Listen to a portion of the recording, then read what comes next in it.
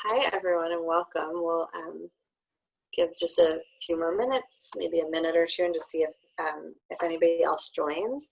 Maybe actually while we're waiting and seeing if people join in, we can just start by introducing ourselves. So I'm Dr. Sarah Frankel, and I'm here with Dr. Kate Hertz. I am a clinical psychologist with the Columbia University Clinic for Anxiety and Related Disorders. There I specialize in working with children, adolescents, young adults, and adults who are dealing with various anxiety, depression, or who have been through really difficult, upsetting, traumatic life experiences. Hi, everybody, and welcome. I'm Dr. Kate Hertz. I work at the Weill Cornell Medicine site of New York-Presbyterian Hospital, where I work with the Youth Anxiety Program to help young adults who are transitioning from living at home to being out of home, and just making all the many transitions that happen through young adulthood while they cope with anxiety and depression, similarly to Dr. Frankel. And we're really happy to have you here with us today. Yes, thank you all for joining us today. So a couple of just quick starting points before we get into talking about dealing with anxious thoughts in this current time where we're coping with COVID-19.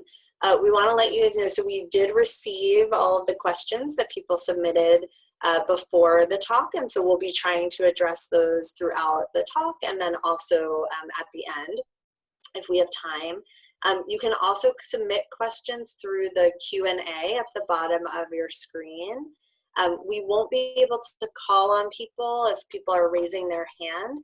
So please type in your questions, send them to us through the Q&A, and then we will try to get to as many of them as we can. At the end of the webinar, there's going to be a really brief 3-question survey. And we would really appreciate it if you could take a few minutes to fill that out for us and give us your feedback about the webinar. That would be very, very helpful. So I will go ahead and kind of dive in here. So let's start with just acknowledging and talking about that right now in this time. We're really living in a new normal, and there's a lot of things that have changed. And so a lot of reasons why we might be experiencing more difficult thoughts that are leading to really strong emotions. So these are unprecedented times, right? None of us have been through something of this scale and this magnitude and this kind of isolation and quarantine before. Which both means that we're all dealing with a lot of uncertainty, right? Because there's a lot of agencies in the world that are also trying to adjust that we might usually look to for guidance.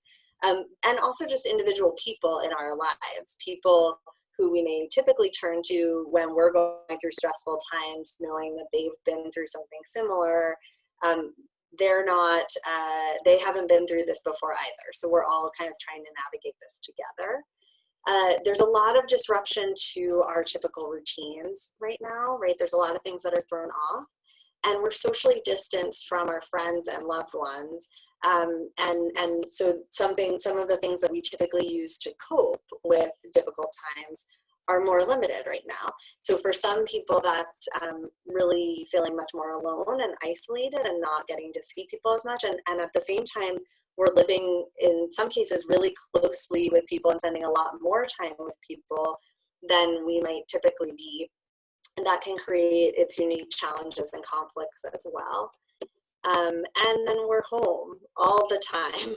And that experience is really different, really unusual. Again, a lot of the things that we might typically do to cope, to get out, to have fun, to exercise, right, are much more limited currently. So all of these things are combining to where some of the things we might typically be talking about in terms of thoughts and feelings and behaviors are just even more exacerbated in the current times. So today, what Kate and I want to address, we're going to start by talking about why do our thoughts matter. So one of the things that certainly was really relevant in all of the questions that we got before today and is generally relevant here is how people are feeling. But why focus on thoughts? Why are we having a whole webinar where we're talking about thoughts? Well, we want to kind of talk about how our thoughts are related to our feelings. And then I'm going to spend some time talking about when we've identified thoughts that are not particularly accurate or realistic. How can we notice them? How can we check them out and potentially change them so that they are more accurate and realistic and helpful to us? I'm then going to turn it over to Kate, and Kate's going to talk more about what about during this time where some of our thoughts may be accurate, they may be realistic, but they're not helpful. So that actually is supposed to say, but unhelpful thoughts. So they're not helping us get through this time. And she's also going to talk about how can we deal with our thoughts more mindfully. Okay, so why do thoughts matter? So very often what we talk about in our language, right, we talk about there's a situation, something happens, and that leads us to feel a certain way. So if you think about this, we do this all the time. I had a fight with my mom, so I felt really angry. I had to come home from school, so I felt really sad. So we equate that the situation happening directly leads to the feeling. But if we pause for a second and step back, we know that two different people in the same situation often experience different feelings, right? So one person who has a fight with their mom might end up feeling really anxious. Another person might feel really sad, and a third person might feel really angry. So if we pause for a second to ask why, what we realize is that in between the situation and the feeling, we have a thought. We interpret what's happening in the situation, and we have a thought, and that's what drives how we're feeling. So we're having thoughts all the time. They're always there, and they really drive and have a big impact on how we feel. So let's talk then about this connection. So what you see in front of you is something we call the CBT triangle. CBT that's in the middle there, so that all of you know, stands for cognitive behavioral therapy. It's a really well-researched evidence-based therapy for dealing with things like anxiety and depression, and something that Kate and I both practice. One thing I like to emphasize is actually the cognitive behavioral model, right, which means thoughts and behaviors in this model. And this really emphasizes it's not just a type of therapy. It's not just about when something goes wrong. This is actually just a model for how we work as people, right? So the things that we're saying to ourselves affect how we feel, and they affect what we do. So I think this will be a helpful example. So let's start with the idea of if you don't know whether you'll be able to return to college this coming fall, right? Which is something that's coming up for a lot of the young adults that we're working with. So somebody in this situation might have the thought, I'm never going to see my friends again, or my college experience will be ruined. Right? These are things that might come up. These are big changes that you didn't anticipate happening. So I'm going to pause for a second. I'm going to ask Kate, so we can make it a little bit more interactive. Kate, if you were a college student saying to yourself, I'm never going to see my friends again, my college experience is going to be ruined, how do you think you might feel in that situation? I think I'd feel really lonely and probably sad also. Absolutely, yeah. And I think for me, I think if I were saying some of those things to myself, I think I also might feel anxious, right? If I was thinking I'm never going to see these people that are really close to me again, that I would also be feeling some anxiety. So yeah, so we could add lonely to that list, absolutely. And then Kate, what do you think you might do if you were feeling this way and you're saying everything's going to be ruined? I'd probably want to stay in my bed all day and watch Netflix. Excellent. Yeah, of course. Tiger King. So yeah, we would probably feel really unmotivated, maybe want to stay in our room, isolate more, maybe have a harder time working on assignments, things like that. So that's one example. Now, in another example, we can imagine an exact same situation, right? Not knowing when you'll return to college, but maybe thinking, I really hope that we're going to be able to go back in the fall. And until I know, and while we're home, I'm really going to have to find new ways to spend time with my friends while we're apart. So Kate, if you were having that thought, how do you think that would affect your feelings? I think I'd feel better. I probably wouldn't feel as sad or lonely, and I might feel kind of motivated to like figure out how I can spend time with my friends. Awesome. Excellent. Yeah. So I think these kinds of thoughts, you might feel more motivated, more hopeful. And what's great that you said and that I have put down here is also just feeling slightly less sad or less anxious. So this isn't necessarily, I think we would still feel sad if we're thinking, I hope I'm going to be able to go back in the fall, but maybe not as intensely. And then those feelings might motivate us to reach out, to set up a FaceTime call with a friend, something like that. So this is really important for us to remember, because the feelings are usually what's causing us distress, right? If I'm feeling very anxious or I'm feeling very depressed, that's what's bothering me. But our thoughts have a huge impact on how we feel and ultimately what we do. So if we can address those thoughts, if we can look at how we're thinking about things and how we're responding to those thoughts, it can make a huge difference. Okay, so sometimes people will ask me, okay, so, but if we're having thoughts all the time, then how do I know which of my thoughts is helpful or unhelpful? How do I identify thoughts that I can focus on or change or try to shift in some way? And one of the ways that we like to think about doing this is really focusing on certain styles of thinking that tend to indicate that something here probably isn't the most accurate or the most realistic. And if we can identify those styles of thinking, that can help us decide, hey, this is a thought that's not that helpful for me and I want to do something about it. So a really useful acronym is BLUE thoughts, and I'll walk through what each of these letters means, and we can talk a little bit about some of the types of examples. So the first B is blaming myself. So this is where I'm taking on responsibility for things that really might not be my fault. So a good example might be if I'm a young adult trying to apply for a job right now, right, where there's very few jobs, the job market is small, and I'm not getting a lot of hits. And then I start saying, it's my fault, I should have started something earlier, I'm not capable, I'm not cut out for this. And that those sorts of thoughts are really self-blaming, and they're ignoring a lot of the other factors that are out of our control or that we don't have any impact on.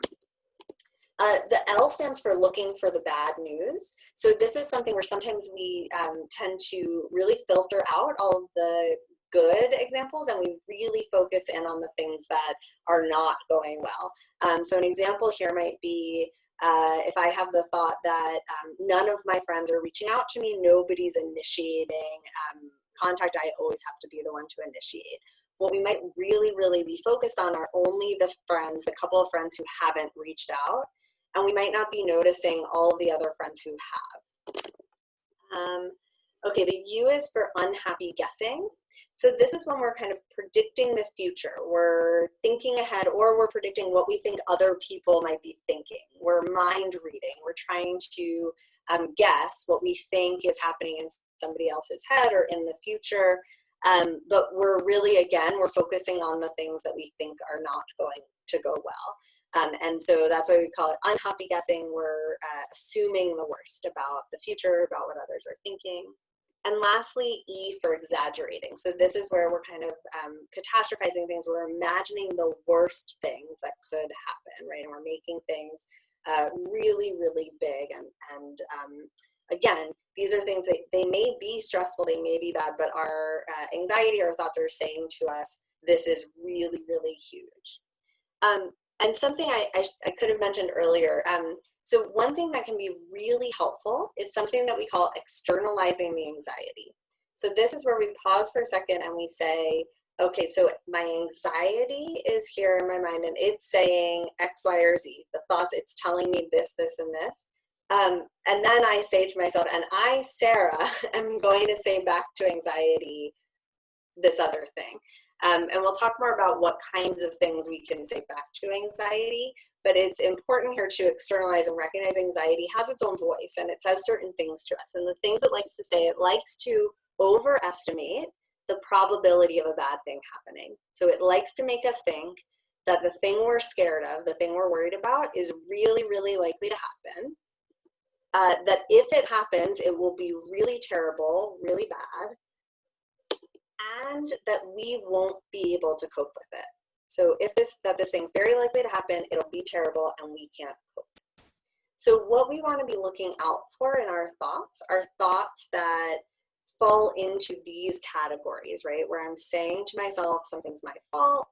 I'm only focusing on the negative. I'm predicting the future. I'm really exaggerating. And where I'm overestimating the probability of something bad happening, how bad it might be, and I'm underestimating my ability to cope. Okay, so what's really important for us to remember here is we often treat our thoughts as though they're facts because they go through our head. But if you take one thing away from my part of the presentation, I would love for you to take away the idea that just because you think it doesn't mean it's true. So our thoughts are actually guesses. They're our best interpretation of the situation. Remember that first slide about how we're interpreting situations. And because we know that two different people in the same situation can have really different thoughts, we know that our thoughts aren't automatically facts. So what that means is that we can check out our thoughts and we can see, are our thoughts true? Or are they not so true and not so realistic? So we call that process restructuring our thoughts. So if we want to restructure our blue thoughts, there are 3 steps involved in that process, and I'm going to walk us through all 3. So, and again, we're going to notice those blue thoughts. So those blue thoughts are an indicator that this is a thought that's probably not very accurate or realistic. So the first thing I want to do is I want to catch it. I want to notice it. So we can start to ask ourselves, I'm feeling really anxious. What am I saying to myself here? Are any of my thoughts blue thoughts? Do they fall into this category? So I don't know, Kate, can you think of any blue thoughts or any specific thoughts that you've been hearing from people that you've been working with or young adults that have been coming up frequently that we could kind of walk through an example here? Yeah, maybe something like, I never get to go outside anymore. Okay, great example. So, so this would be, right, we're kind of, this is something that certainly there's parts of it that are coming up, but we want to kind of check it out because it does fall into one of those categories where things are maybe a little bit more exaggerated. So I never get to go outside anymore. So our first step would be noticing that I'm saying that to myself. And when I say that, I feel more anxious and I feel more sad, right? The second step in this is checking out the thought. So this is where I want to ask you to try to be a detective with your thoughts. What detectives do, right, is they're really spending time gathering facts, looking for clues, looking for evidence. So this is about being really, really curious with yourself and with your thoughts. So with the thought that Kate shared, we might start by asking, what evidence do I have that my thought is true? And this is really important because we want to acknowledge that there are reasons why we believe these things. We're having these thoughts for a reason. So Kate, can you think of evidence that, that thought might be true? I never get to go outside anymore. So I haven't gone outside in the last week because it's so difficult to go outside. So it's true that I haven't gone outside in the last week. Great example. So exactly. So there's usually evidence that supports our thought. And certainly, right, it sounds like for Kate in this example, right, she hasn't been able to go outside in the last week. It's a lot harder to get outside. Once we go through and we ask ourselves about the evidence that our thought is true, we then want to pause and ask, okay, is there anything that I'm not looking at? Is there any other evidence that maybe this thought isn't totally true? So we were saying I never get to go outside anymore. Kate, are there any times where you have been outside? Yeah, well, if I put on a mask and I wash my hands as soon as I get home and like change my clothes, then I could go outside. My mom has been going outside by doing that, but that's a lot of work. But I guess if I did all that work, I could go outside for like a walk or something. Okay, great. So what that gives us is a little bit more information, right? That what we're looking at now is the thought we're checking out is I never get to go outside anymore. What we have is I haven't been outside in about a week because it's a lot of work. And at the same time, other people in my family are going outside. They're just taking proper precautions when they do it. So I have the option of going outside if I change some of my behaviors. Like I wear a mask and I sometimes, and I wash my hands when I come home. So what we might do next is we might ask some questions about what kinds of things are getting in the way of going outside. And I'll talk about some of these other questions we can ask in a minute. But the last step in this process is to then, if it sounds like when we look at all this evidence, our thought is not totally true and not totally not true, right? That we've got things that fall into both categories, then we want to think about, can we change the thought? And what I want to emphasize here is this isn't just thinking happy thoughts, right?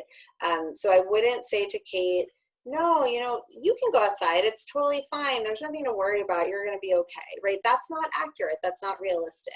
So what we're shooting here is not trying to think more positive thoughts. What we're shooting for is trying to think accurate and realistic thoughts.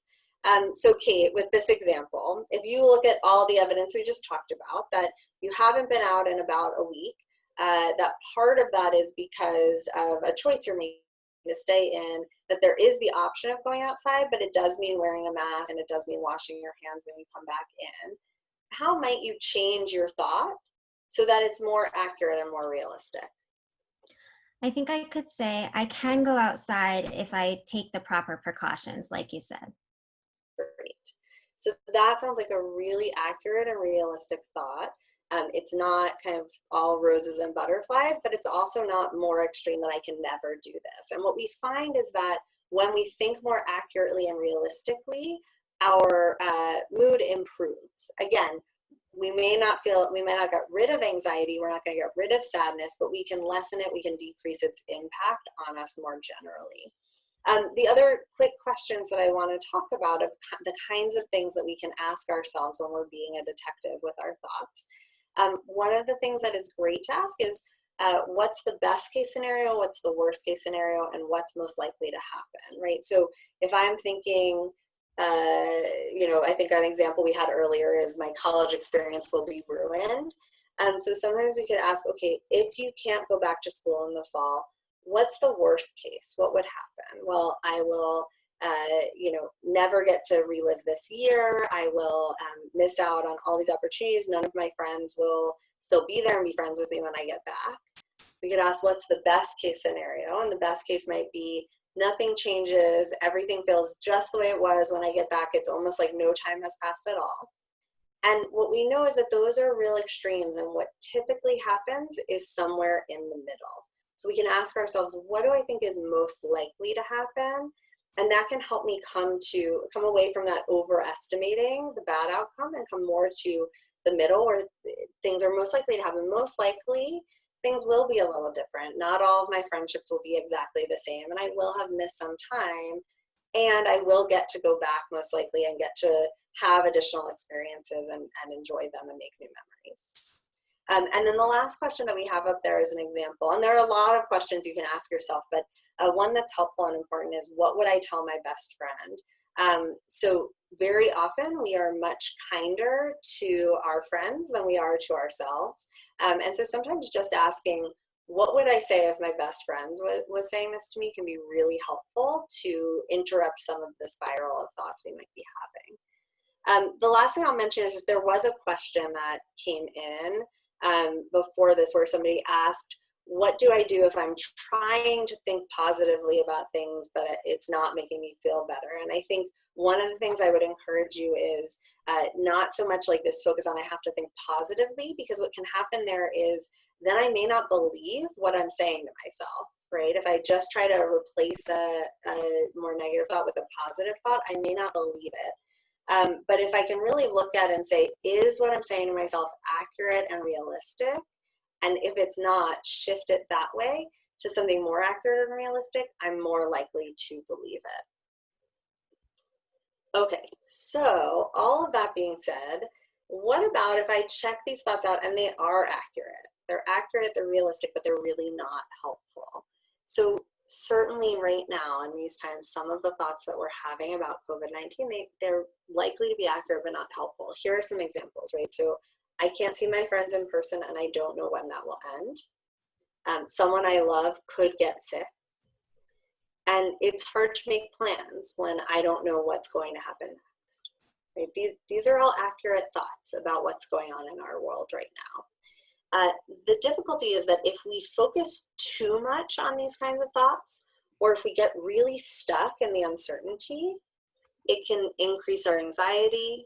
It can get in the way of us being able to do our day-to-day tasks. And it can also negatively affect our relationships with others. So Kate is now going to take over, and she's going to talk a little bit about, so what do we do if the thoughts that we're having are accurate or realistic, but they're really not helpful? What are some of the things we can do there? And I'll pause there. And Kate, were there any additional questions that came up that would be helpful to answer here? Nope. So I think that we can move along. Thanks so much, Sarah. Great. Awesome. Okay. So a couple things that you can do that are pretty basic and to cope with unhelpful but true thoughts or accurate thoughts.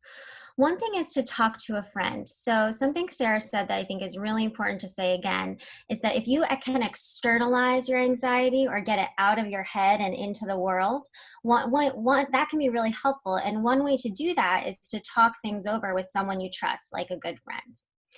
So you might notice that when you talk to a friend, for example, your thoughts get less extreme, or they say, really never, or really always, and they can kind of check you and help you out. Another thing that you can do is look for the silver lining or find something good in a bad situation. So one situation that I know is really tough that we're all going through right now is the social distancing, meaning that we're all at home a lot more. And Sarah, I wonder if you've found any silver linings to the being at home a lot more. Yeah, something that's been kind of for me is I am actually eating much healthier than I normally do. I tend to eat out a lot. I tend to order in a ton, that sort of thing. And this experience has forced me to do a little bit more cooking. But I feel better because I'm eating in a way that I don't normally, but that I think is better for me. That's awesome. So even though it's not a great situation that we're all stuck at home, there might be some things about it that are actually nice. Like for me, I get to spend a lot more time with my family than I normally do. And so that's a silver lining for me. Thanks, Sarah. Yeah. So the third one is changing the channels. So if you think about your mind being all those thoughts going through your head, as we've said, thoughts are going through your head all the time. And I'd be pretty worried if you told me, actually, I don't have any thoughts. So no problem. My TV is off. Your TV is always on into your thoughts in your brain. And so if you can think about trying to change the channel from whatever you're thinking about that's causing you anxiety. So for example, if I'm sitting in my room thinking about how I'm all alone, that's going to make me feel pretty frustrated and anxious. One way I might be able to change the channel from that and focus on something else is to actually change my physical environment. So if I left my room and walked into the hallway or walked into the kitchen, that might help me focus on, hey, there's a really good smell coming from the kitchen. Sarah must be cooking. So it might help me by just changing my environment.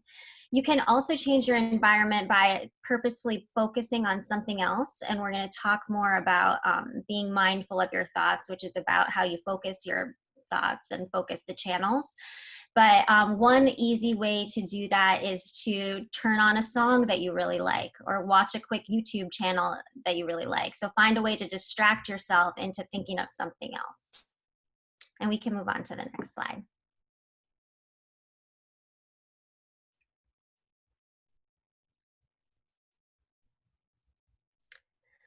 Okay, so one thing that we're all dealing with right now is a lot of uncertainty. We don't know many things about this virus, and as a result, we don't know many things about how to treat it, when it's going to stop impacting our daily lives, when New York might open back up so that we can go back to our routines, go back to school, all of those things. There's a lot of uncertainty, and we can't give you a definite answer that might make you feel better, right? Because we just don't know. So I'm going to talk to you about a technique to use when you're dealing with some uncertainty, which it can be a big cause of anxiety, which is called diffusion. And diffusion basically means coping through distance. So getting one quote that I really like to help me understand this, it is by someone named Stephen Hayes. And Dr. Hayes says that you need to get out of your mind and into your life. So get some distance from what's going on in your head. And there are different techniques you can use to do this. So the first one is say it quickly. And this is when you say the thought over and over and over again until it has no meaning. So I'm going to demonstrate this for you guys because it's a little hard to understand without actually trying it. And I hope that you'll participate with me a little bit here. So Sarah, when I say the word milk,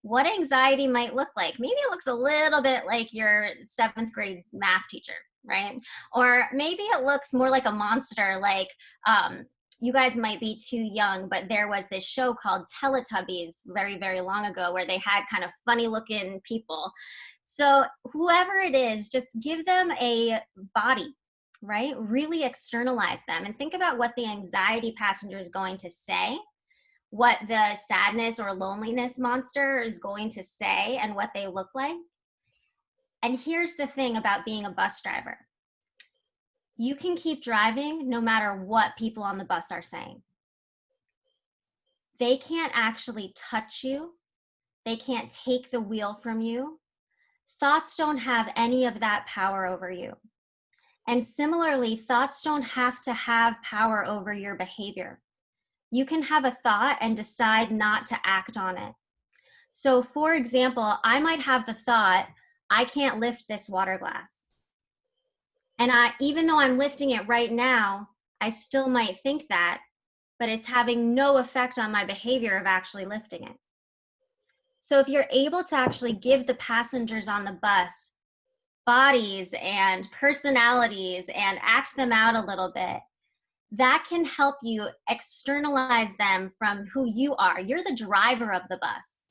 You might have passengers, but you have the wheel and you can go wherever it is you need to go.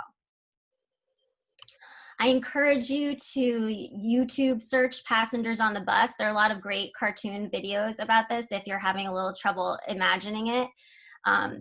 So yeah, you can find some great stuff online about it too. So we can go to the next slide. Thank you. So now we're going to talk a little bit about dealing with thoughts mindfully. So what is mindfulness? You've probably heard about mindfulness. It's all over popular culture these days. And it basically just means paying attention to your present experience. So what is going on for you in the moment without judgment. So without the running monologue through your head of this is bad, this is good, this is okay, right? So one really simple mindfulness strategy that can be really helpful is 5, 4, 3, 2, 1. And in this strategy, you use your 5 senses to ground yourself in the present. So I'm going to ask Sarah to demonstrate this for us. Sarah, looking around the room that you're in, can you tell us 5 things that you see? Sure. I see this patterned wallpaper. I see the quilt on the bed that's next to me in the bedroom. I see a lamp on the table and a clock next to it. And I see a pair of earplugs as well. Great. Can you tell us 4 things that you can feel that might be right around you? Yeah, I can feel the cushion that I'm sitting on. And I can feel it both under my legs, and I also, when I touch it with my hand, I can feel the kind of ridge on the cushion. I can feel the breeze that's coming in through the window. I can feel the heat in the room, so I feel warm, and I can feel my cheeks getting a little bit flushed, probably from the warmth and from presenting. Nice. Yeah. Perfect. Can you go ahead and tell us 3 things that you hear? I can hear, I think they're crickets outside. I can hear the little white noise machine that I have on outside the door. And I can hear a little hum of people downstairs talking. Fantastic. What about 2 things that you taste? So I think I taste both the water that I'm drinking, but I'm also tasting kind of the taste I get when my mouth is a little bit dry when I've been talking a lot. Excellent. So we've done 5 things that you can see, 4 things that you can feel, 3 things that you can hear, 2 things that you can taste. And what's the last one? So I can smell. I ate a pear earlier today, and I have that on the table next to me, and I can smell the pear. Fantastic. So I'm wondering how you're feeling right now after noticing all those things. I'm actually feeling pretty calm, and even though I was feeling a little flushed from presenting, I'm feeling pretty just focused on what's going on around me right now, because I had to really be paying attention and trying to figure out what I was feeling in all those ways. Fantastic. So that's the idea behind this grounding exercise, is it gets you out of your mind and into your world, because you literally have to think about what is going on in your world around you. And it's nice because it's something that you can do anywhere, anytime. And if you don't do out loud, literally in any situation. So it's really easy to access. There are other ways that you can incorporate mindfulness into your day. So you can be mindful about anything you're doing in your daily life. You can be mindful when you're eating, for example. You can pay really close attention to what you're tasting, what you're hearing. Maybe you're hearing the crunch of your cereal. Maybe you're hearing the milk pour into the bowl. And what all of those other things, what you see, et cetera, et cetera. And by doing that and trying to take what we call a beginner's mind, and we call it that because if you're a beginner at something, you don't have any judgment about it yet. You're just being curious about it. So bring a curiosity to these everyday experiences that you have, like eating, like looking out of a window, like going for a walk with your mask on and maintaining physical distance, all of these things. Try to take a beginner's mind and curiosity that doesn't have that judgment and really pay attention to your present experience. One of the questions that we had before the presentation was if we could recommend some apps that might be helpful. And so 2 apps for mindfulness that I think are really great. One is called Stop, Breathe, and Think. I really like this app because it has you go ahead and rate your mood. And then based on your mood and how you're feeling physically, it'll give you a mindfulness practice to try that's guided by someone telling you what to do, which can be really nice. The other one that I like is called Calm. I like Calm because it has just a wide variety of mindfulness exercises that are really good. It also has bedtime stories for adults, and I know a lot of people are having trouble with sleep right now. And the nice thing about the bedtime stories is that they are just mildly interesting. So they don't prevent you from going to sleep, but they're very soothing and calming. One other app that I'll just mention here that's not to do with mindfulness particularly, but is based on the cognitive behavioral therapy model is called the Mood Kit, MOOD Kit. When you look for it in your app store, it will look like a little suitcase with a green background. The Mood Kit will give you a guided way to catch, check, and change your blue thoughts. It'll give you ideas for different behaviors to do, like we're talking about, mindfulness, diffusion, things like that, that might help you when you're having accurate but unhelpful thoughts. So it's a nice comprehensive CBT app. And now we can go to the next slide. So we'd really love for you to try some of the things that you've learned today at home.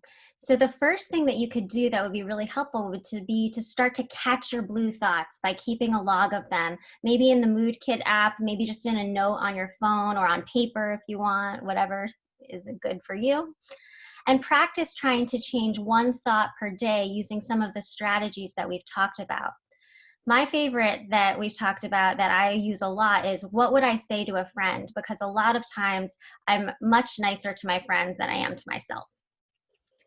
Practice one diffusion strategy, get somebody else involved, teach it to somebody, do the milk exercise, there's bad news radio. It can be really fun to practice, and it can really also take your mind off of how negative some of the thoughts might be when you're feeling anxious. And then practice mindfulness just in your daily activities. Challenge yourself to take a mindful, beginner's mind, curious approach to one thing that you do every day. It could really be anything. We can go to the next slide. Okay, so it looks like there weren't any other questions in the Q&A, but we did have some questions before the webinar. So I think we've answered some of them. One more that I want to address, and then I'll turn it over to Sarah in case she has any to address, is somebody had asked about panic attacks and why they occur and how we can lessen them. So panic attacks occur when our body goes into what we call the fight or flight response, right? So we perceive that something is dangerous to us. And they occur because evolutionarily, there were things that were really dangerous to our health and well-being. This virus is one of those things, actually. So if you are someone who tends to have panic, you might be having more panic now than at other times. But way back in the day, people were worried about things like getting eaten by a bear, right?